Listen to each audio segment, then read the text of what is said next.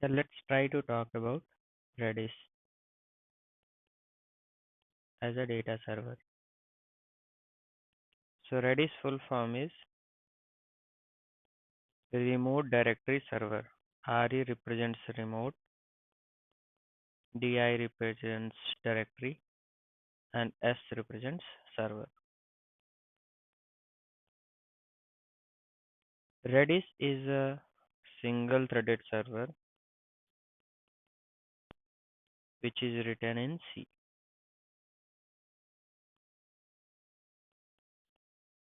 Now let's try to find out that how single threaded server takes benefit of fast processing. So there are certain things which helps it. One is it has no logs to manage as it has only one thread and that only will be accessing all the resources. So it does not worry about the logs.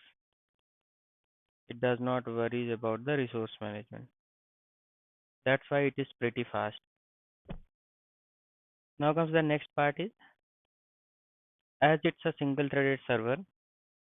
So how IO happens?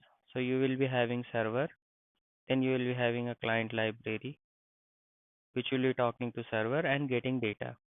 So inside a server, it has only one thread, which essentially means you can establish only one connection with the server. So how it does? It uses multiplexing IO.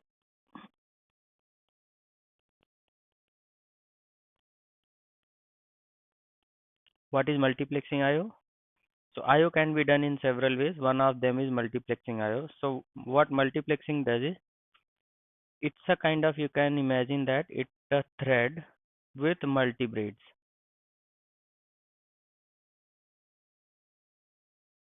So here essentially if you see it's opening only one connection, but inside it several threads are embedded. So if you have seen threads, so suppose if you have this and then you will be having thread, it will be having several braids inside it. So that's how Redis client talks to Redis server with multiplexing IO. And what are the benefits of multiplexing IO? As it never waits for and response. So it is never blocking call. So it just fires its command, thread takes it, it goes to the server. Whenever response for that particular command has achieved or received, then client interprets it and returns to the user, which essentially helps a lot in case of Redis. So client is a kind of very important how this is designed and how it interacts with the Redis. Now comes the next point is Redis is pretty fast because it is a single thread. It is in-memory database. All the data is in-memory only. And the third point is that it uses multiplexing IO to communicate with the client.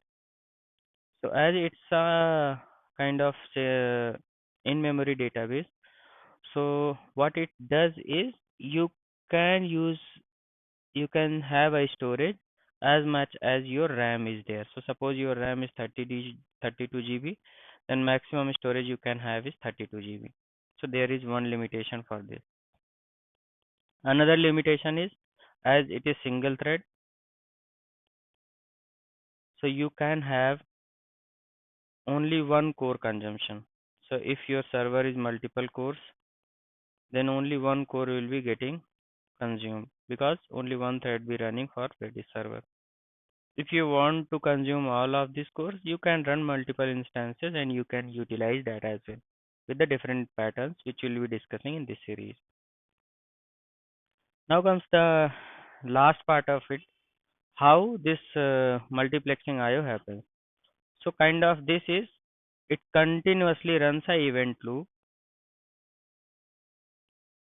where as soon as commands are fired, several event loops are running. So suppose if you say get, it will be fired, and then suppose at this instance get is resolved, then a notification will be sent and data will be sent. and client will interpret it. Similarly, if it is the same get is in resolved at this, then the again event loop will be generated and your client will resolve it. So this is how it works overall.